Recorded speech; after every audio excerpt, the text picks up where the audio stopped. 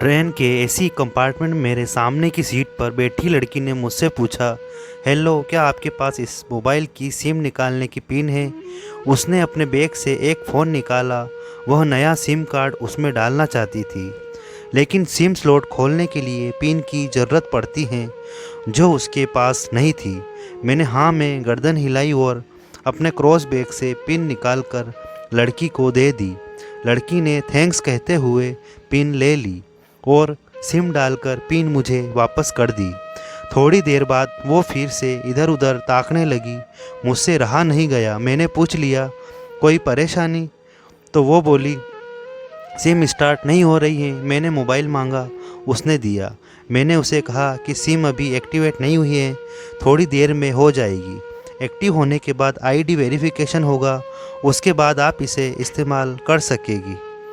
लड़की ने पूछा, आईडी वेरिफिकेशन क्यों? मैंने कहा, आजकल सिम वेरिफिकेशन के बाद एक्टिव होती है। जिस नाम से ये सिम उठाई गई है उसका ब्यौरा पूछा जाएगा, बता देना। लड़की बुदबुदाई। ओह, मैंने दिलासा देते हुए कहा, इसमें कोई परेशानी की कोई बात नहीं।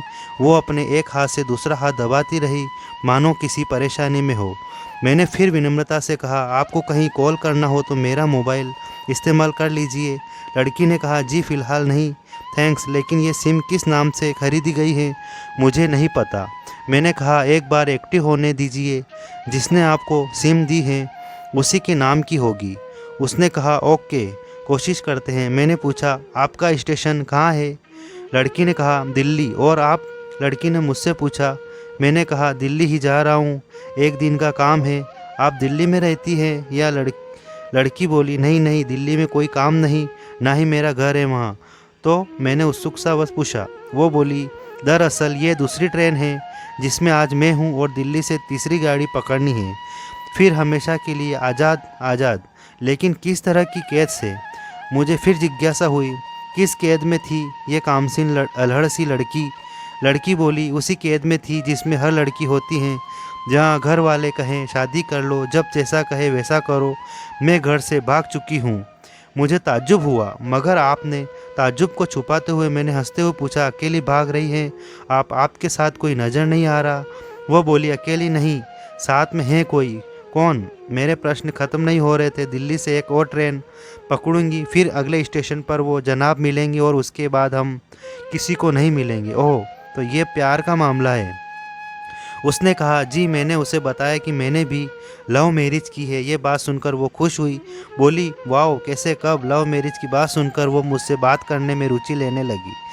मैंने कहा, कब, कैसे, कहाँ, वो मैं बाद में बताऊंगा, पहले आप बताओ, आपके घर में कौन कौन है? उसने होशियारी बरतते हुए कहा, वो मैं आपको क्यों बताऊं? मेरे घर में कोई भी हो सकता है, मेरे पापा, माँ, भाई, बहन, या हो सकता है भाई ना हो, सिर्फ बहनें हो, या ये भी हो सकता है कि बहनें ना हो और दो चार गुस्सा करने वाले बड़े भाई हो।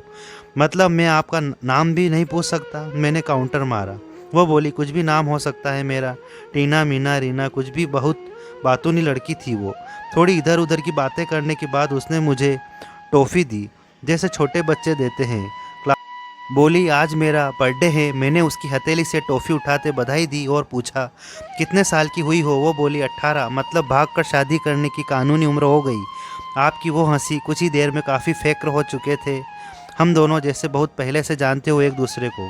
मैंने उसे बताया कि मेरी उम्र 35 साल है, यानी 17 साल बड़ा हूँ। उसने चुटकी लेते हुए कहा, लग तो नहीं रहे हो। मैं मुस्कुरा दिया। मैंने उससे पूछा, तुम घर से भाग कर आई हो? तुम्हारे चेहरे पर चिंता के निशान जरा भी नहीं है।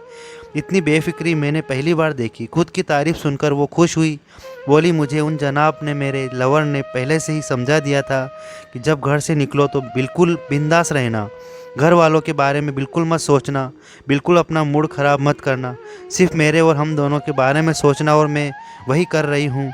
मैंने फिर चुटकी ली। कहा, उसने तुम्हें मुझे जैसे अनजान मुसाफिरों से दूर रहने की सलाह नहीं दी? उसने हंसकर जवाब दिया, नहीं, शायद वो भूल गया होगा, ये बताना। मैंने उसके प्रेमी की तारीफ़ करते हुए कहा, वैसे तुम्हारा बॉयफ्रेंड काफ़ी टैलेंटेड है। उसने किस तरह से तुम्हें अकेले घर से रवाना किया, नई सिम और मोबाइल दिया, 3 ट्रेन बदलवाई ताकि कोई ट्रैक ना कर सके। Very talented person. लड़की ने हामी भरी, बोली बहुत टैलेंटेड है वो, उसके जैसा कोई नहीं। मैंने उसे बताया कि मेरी शादी को 10 साल हुए हैं, एक बेटी है 8 साल की और एक बेटा है 1 साल का। ये देखो उनकी तस्वीर। मेरे फ़ोन पर बच्चों की तस्वीर देखकर उसके मुंह से निकल गया, सो क्यूट। मैंने उसे बताया कि ये जब पैदा हुई तब मैं कुवैत में था, एक मेट्रो कंपनी में बहुत अच्छी जॉब थी मेरी, बहुत अच्छी सैलरी थी। फिर कुछ महीनों बाद मैंने वो जॉब छोड़ दी और अपने ही कस्बे में काम करने लगा। लड़की ने पूछा, जॉब क्यों छोड़ी? मैंने कहा, बच्ची को पहली बार गोद में उठाया तो ऐसा लगा जैसे मेरी दुनिया मेरे हाथों में है। 30 दिन की छुट्टी पर आया था, वापस जाना था लेकिन जा ना सका। इधर बच्ची का बचपन खर्च होता रहे, उधर मैं पूरी दुनिया कमा लूँ तब भी घाटे का सौदा है। मेरी 2 टके की नौकरी, बचपन उसका लाखों का। उसने पूछा, क्या बीवी बच्चों को साथ नहीं ले जा सकते थे वहाँ? मैंने कहा, काफ़ी टेक्निकल मामलों से गुजर कर एक लंबे समय के बाद रख सकते हैं। उस वक्त ये मुमकिन नहीं था, मुझे दोनों में से एक को चुनना था, आलीशान रहन सहन के साथ नौकरी या परिवार। मैंने परिवार चुना। अपनी बेटी को बड़ा होते देखने के लिए मैं कुवैत वापस गया था, लेकिन अपना इस्तीफ़ा देकर लौट आया। लड़की ने कहा, वेरी इम्प्रेसिव। मैं मुस्कुराकर खिड़की की तरफ देखने लगा। लड़की ने पूछा, अच्छा आपने तो लव मैरिज की थी ना, फिर आप भागकर कहाँ गए? कैसे रहे और कैसे गुजरा वो वक्त? उसके हर सवाल और हर बात में मुझे महसूस हो रहा था कि ये लड़की लड़कपन के शिखर पर है, बिल्कुल नासमझ और मासूम छोटी बहन सी। मैंने उसे बताया कि हमने भागकर शादी नहीं की और ये भी है कि उसके पापा ने मुझे पहली नज़र में सख्ती से रिजेक्ट कर दिया था। उन्होंने आपको रिजेक्ट क्यों किया? लड़की ने पूछा। मैंने कहा, रिजेक्ट करने का कुछ भी कारण हो सकता है, मेरी जाति, मेरा काम, घर, परिवार। बिल्कुल सही। लड़की ने सहमति दर्ज कराई और आगे पूछा, फिर आपने क्या किया? मैंने कहा, मैंने कुछ नहीं किया, उसके पिता ने रिजेक्ट कर दिया। वहीं से मैंने अपने बारे में अलग से सोचना शुरू कर दिया था। खुशबू ने मुझे कहा कि भाग चलते हैं। मेरी वाइफ का नाम खुशबू है। मैंने 2 टुक मना कर दिया। वो 2 दिन तक लगातार जोर देती रही कि भाग चलते हैं। मैं मना करता रहा। मैंने उसे समझाया कि भागने वाले जोड़े में लड़के की इज्जत पर कोई खास फर्क नहीं पड़ता, जबकि लड़की के पूरे कुल की इज्जत धूल हो जाती है।